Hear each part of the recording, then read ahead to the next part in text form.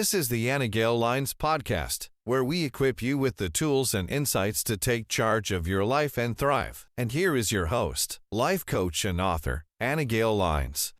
Welcome to the Anna Gale Lines podcast. I'm your host, Anna Gale Lines, and today we're going to delve deep into the heart of fear, exploring its roots, its manifestations, and most importantly, its conquerable nature.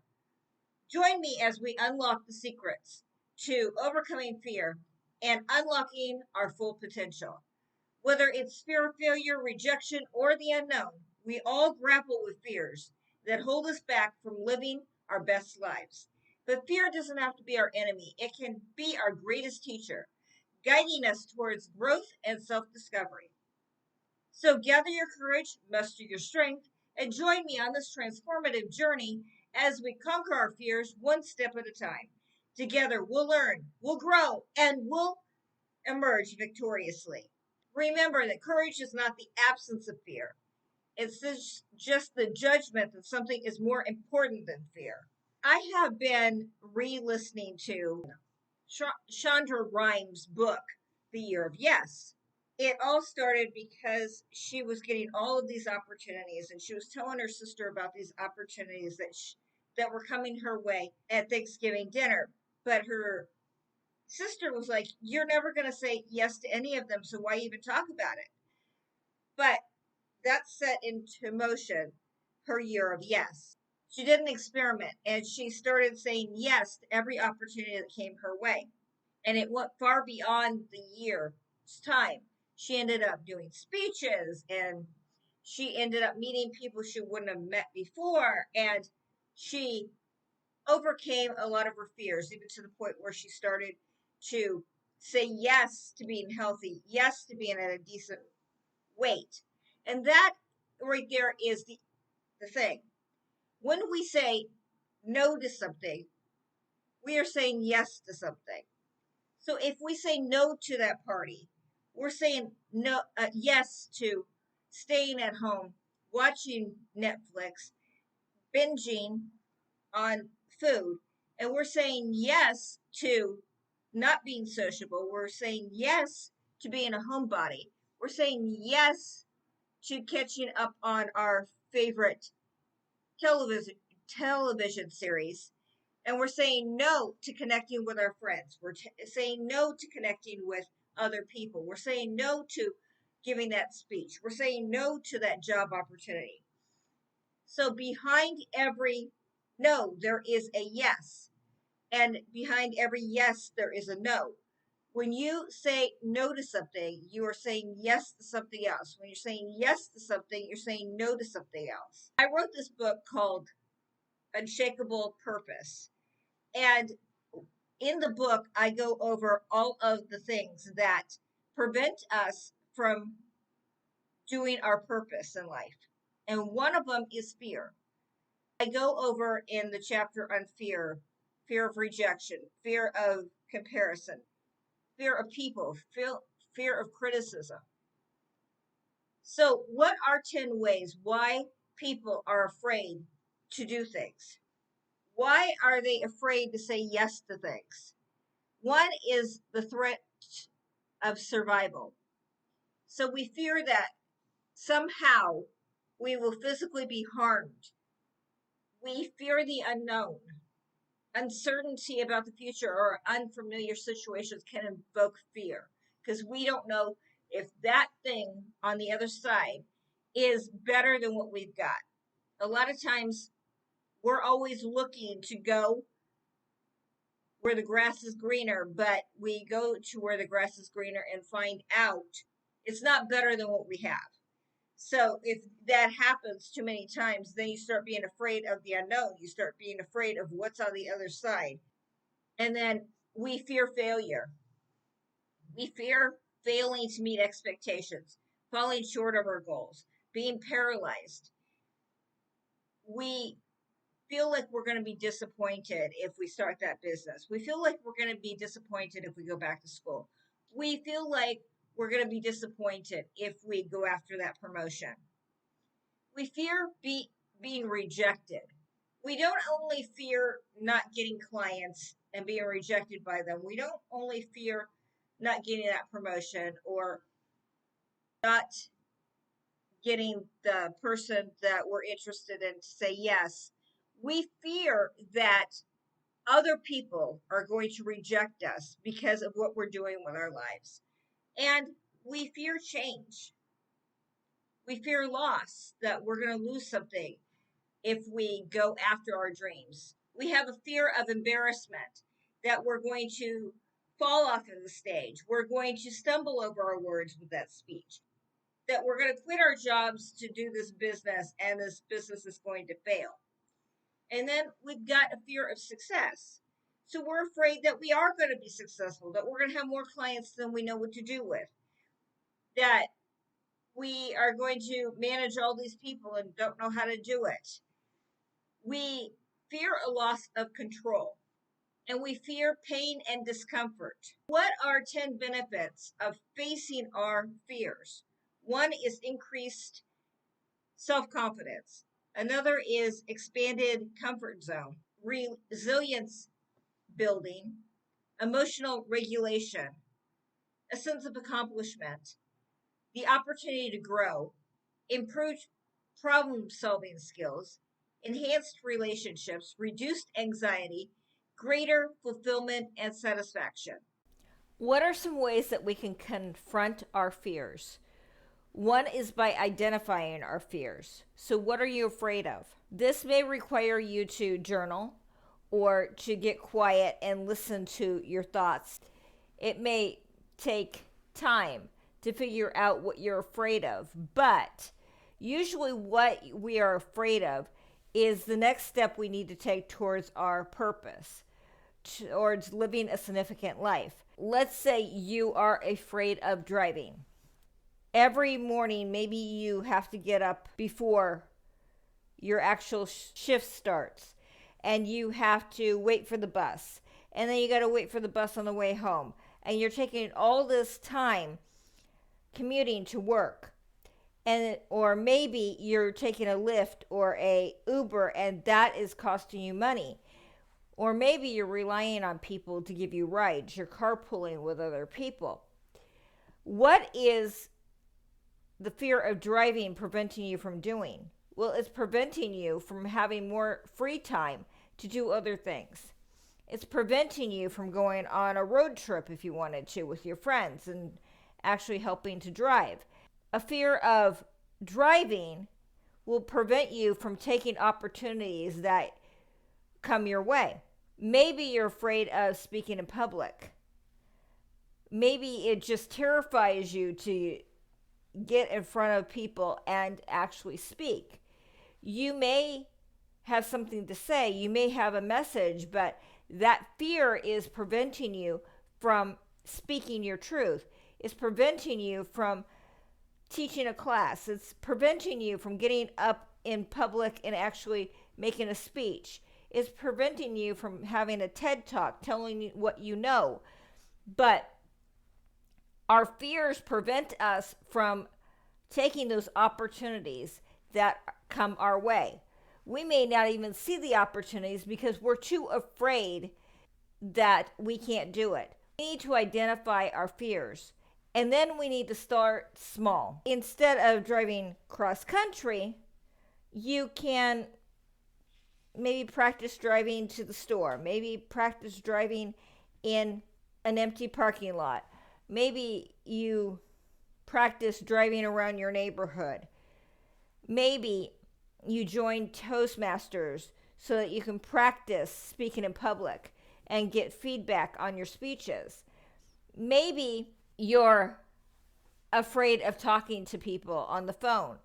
Maybe you just start by answering the phone. Maybe you start by just calling your friends and talking to them. We start out small.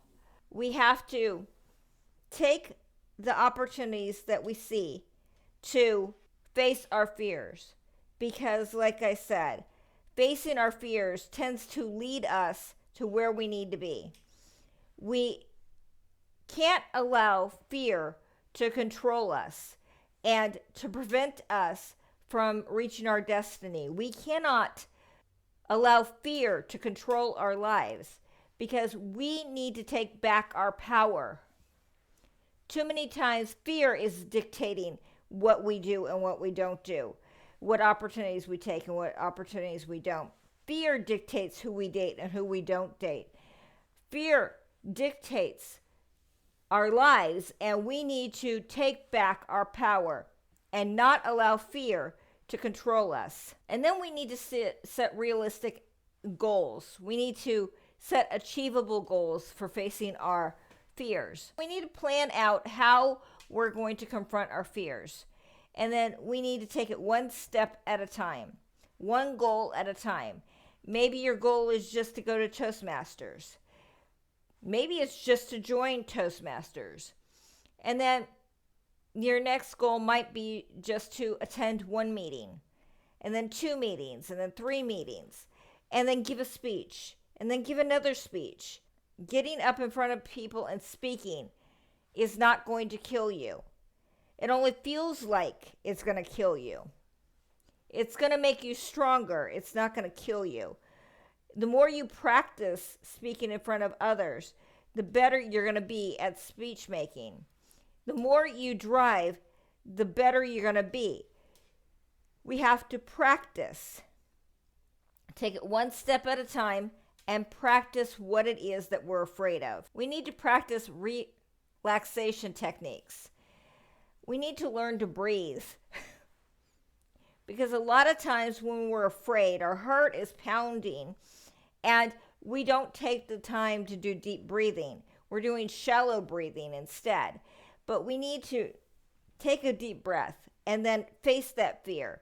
We need to meditate, pray to manage our anxiety and stress. We need to make sure that we are breathing, because if we don't breathe, take deep breaths, we're going to hyperventilate, and we don't need that. We need to face our fears without hyperventilating. So we need to visualize success. We need to imagine ourselves facing that fear successfully. We need to imagine ourselves getting up on that stage and successfully going through our speech. We need to envision ourselves being a successful speaker. We need to envision ourselves driving. We need to envision ourselves driving cross country. Maybe visualize ourselves just driving to the store. Maybe we visualize ourselves driving ourselves to work and back.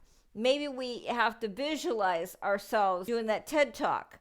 But we need to visualize ourselves being successful, because what happens is too many times we are worried. And what is worry but meditating on the negative?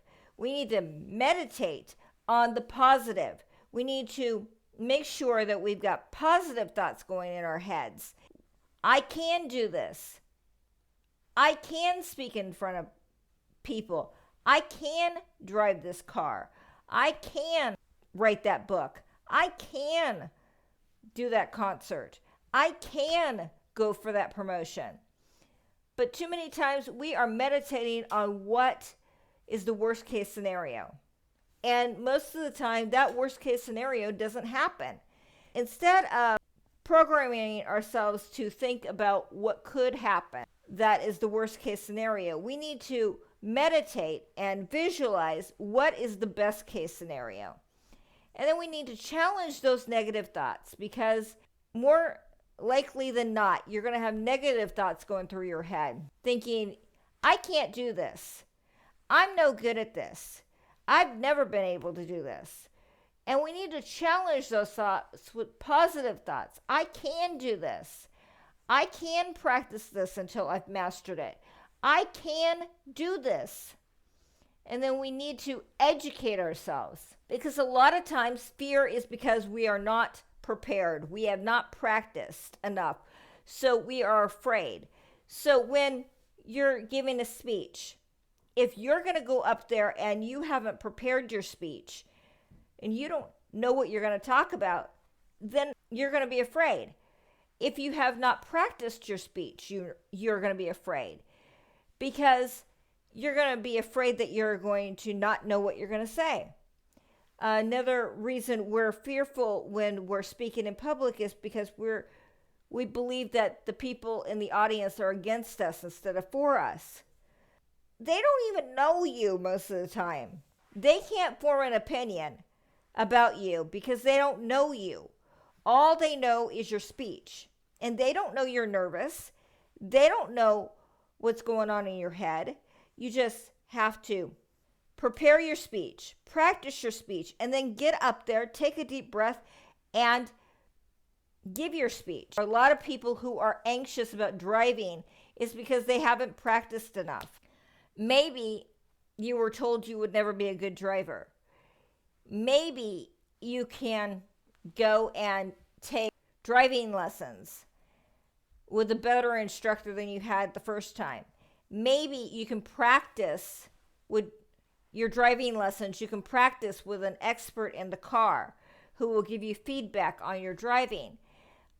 But we need to educate ourselves. We need to be prepared. We need to practice, and we need to keep doing it until we've mastered it. Then we can seek out support, like the driving instructor, or you can seek out support like your friends, family, or therapist to gain encouragement. Maybe with the speech, you go to Toastmasters so that there are experts there that can give you feedback. It's kind of like a training ground for speakers. And we need to seek out support. So if your thoughts are getting too negative, you might want to see a therapist, somebody who could help you get your thoughts under control. And then we need to gradually expose ourselves to our fears in a controlled and safe manner. So maybe with your fear of driving, you practice in a empty parking lot. Maybe you practice going to the store. Maybe you practice going to work. But if you practice going around the neighborhood, maybe going to the store, then you can gradually gain confidence enough to drive yourself to work and drive yourself back. But we need to gradually expose ourselves to what we fear. So in the situation with the speech, we need to give one speech, then another, and then another, and another. Maybe take a class on public speaking at the local community center. But the more we do it, the more we're going to expose ourselves to that fear and master it. And then we need to use positive affirmations. Find an affirmation that you feel connected to and keep repeating it over and over like a mantra. You can every day say multiple times a day, I can do this. I can give this speech. I can drive this car. I can play that guitar. I can write that novel. I can do it. And keep saying that, because once you start believing it, that's what's going to happen in your life. You're going to start to be able to do things. But first, it starts with your mindset. We have to have a positive mindset to overcome our fears. And then celebrate your progress. So every time you take a small step and you face your fears, celebrate. Maybe that looks like a piece of cheesecake. Maybe that is going to the mall. Maybe that is shopping at Amazon for a new outfit. But we need to celebrate our progress. And we need to take risks. We need to embrace uncertainty and take calculated risks. Step out of your comfort zone, but do it in a controlled manner, a safe manner. We don't want to buy a car and drive cross country if we're not comfortable driving. We need to drive around the neighborhood first, drive to the store first, get used to driving back and forth to work, driving to a friend's house. But we need to take calculated risks. We need to make sure that we're safe, but we need to step out of our comfort zone. And we need to learn from our setbacks. Everybody's got a day one. Everybody is going to fail at some point or another. Just because you take a risk does not mean you're going to be successful. But if you take a risk and you fail, you know what not to do the next time. So we take failure as a stepping stone towards mastering our fears. We take failure as a stepping stone because we learn from that setback, and we know what to do better next time. So we need to focus on the present moment. Too many times we don't stay in the present. We don't keep our mind on what's happening right now. Instead, we are focusing on the past, and we are trying to figure out what we did wrong and how we can fix it. And we're rehashing everything we said and did in the past, or we are worrying about what could possibly happen in the future. So we need to stay focused on the present because that will keep us grounded, and it will help reduce our anxiety because there is nothing we can do about the past and there is nothing we can do about the future. Also, we need to seek professional help. If our fears significantly impact our day-to-day life and our mental health, we need to seek professional help, whether that's a therapist or that's a psychiatrist or a psychologist. We need to seek professional help if our fears are interrupting our daily life. And we need to engage in physical activity, whether that is playing basketball or swimming or taking a walk. We need to engage in physical activity because it helps us reduce stress and anxiety. It makes it easier for us to confront our fears. So, what is it that you like to do? Do you like to play volleyball, or do you like to play basketball or football, or do you like to go hiking with your friends? Engage in some kind of physical activity so that you are not only getting in shape mentally, but physically as well. And we need to focus on what we can control rather than what we can't control. Because too many times we are focused on all of these things that could go wrong, all of these things that might put us in danger. But instead of doing that, we need to focus on what we can control. So you have a small business and it's not making a lot of money.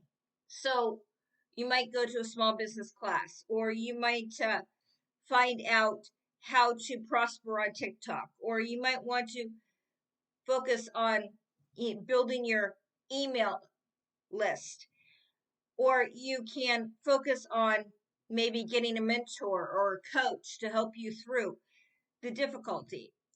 But those are all things you can control. You can't control whether or not a client likes you. You can't control whether a person buys your book or listens to your podcast or anything of that nature. We have to focus on what we can control, whether that is educating ourselves, whether it's going to classes, getting a mentor, getting a coach, whether that is practicing, like let's say you're going out for the basketball team. You can't control what they decide. You can't control whether or not they're going to cut you or not. But you can control how much you practice and how much effort you put in. So we need to focus on what we can control. And we need to reflect on our past successes. We have to recall instances where we successfully faced our fears or overcame challenges. And we need to draw inspiration from those past achievements. So, did you have a fear of driving and you learned to drive and now you're an Uber driver or you're a Lyft driver? Did you drive cross country after not driving for years? Did you take a class in skydiving and actually jumped out of an airplane? Did you go on a zip line when you were afraid to go, or a roller coaster? These are all things that are victories. And if you have faced your fears before, you can do it again. We need to be rewarding ourselves for facing our fears. We need to reward ourselves when we have successes in life. We have to make sure that we are celebrating our victories. And then we need to persist and persevere, because we are not always going to be a success the first time. But if we stay committed to facing our fears, even when it feels difficult or uncomfortable, we will make it. Persistence and perseverance are the keys to overcoming our fears and achieving personal growth. But too many times we give up thinking that we are never going to make it. We are never going to face this fear. It's always going to be this way. But we have to take the bull by the horns, and we have to persist. And the thing is that anything worth having in life, you have to persist at. Whether it's a dream or a goal or raising a family, you have to persist at it. You have to stay committed and persevere, because there will always be bad days. There will be always good days. There will always be challenges. But if you really want that thing, then you need to put in the work. You need to persevere, and you need to persist until you get it. Thank you for joining me on this transformative journey as we explored the depths of fear and discovered the power within ourselves to confront it head on. Remember, facing your fears is not a one-time event. It's a continuous process of growth and self-discovery. Each step you take towards confronting your fears brings you closer to a life of fulfillment, resilience, and authenticity. I encourage you to embrace your fears with courage and compassion, knowing that you possess the strength and resilience to overcome any obstacle that stands in your way. Keep challenging yourself, keep pushing your boundaries, and never underestimate the power of your bravery. Until next time. If you would like to learn more about Anna Gail or to purchase her fiction and nonfiction books, go to AnnaGailLines.com. That is AnnaGailLYNES.com. Right now, you can buy 3 ebooks and get the 4th one free. There you can sign up for the newsletter to keep up to date on what is happening in the world of the Anna Gail Lines podcast and her science fiction podcast, The Space-Tastic Mysteries, where you can hear installments of her novels. To follow her on social media, it is Anna Gail Lines on Twitter, Lady Anna Gail on TikTok, Anna Gail Lines Artist on Instagram, at the Anna Gail Lines Podcast on YouTube. You can join the Facebook page at Author Anna Gail. Thank you for listening, and thank you for being you.